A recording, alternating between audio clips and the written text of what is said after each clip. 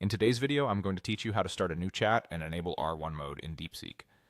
Let's begin by opening the DeepSeek app on your device. Give it a moment to load so you land on the main interface. If you're already in a conversation, that's fine, but for a clean setup, it's best to work from a fresh chat.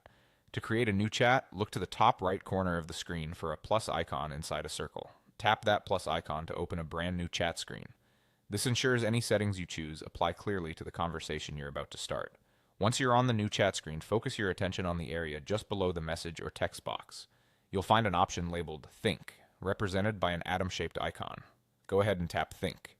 This is the control that switches your chat into R1 mode. Tapping it tells the app to use that mode for the messages you send in this conversation. After you tap the Think icon, R1 mode is now active for chats. You may notice a small visual cue or highlight that indicates the mode is turned on, depending on your app version. The key idea is that from this point forward, the chat will use the R1 setting you just selected. If you accidentally tapped it off, simply tap.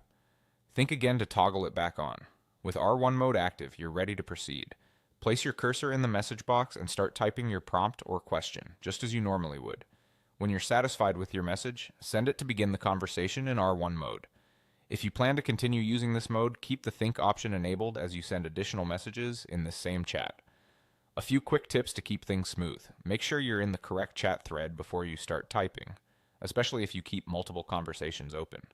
If you don't immediately see the plus icon when you open the app, navigate back to the main chat list first, then look again at the top right. And if the Think icon isn't visible under the text box, confirm you're on the latest version of the app so the interface matches what I've described here.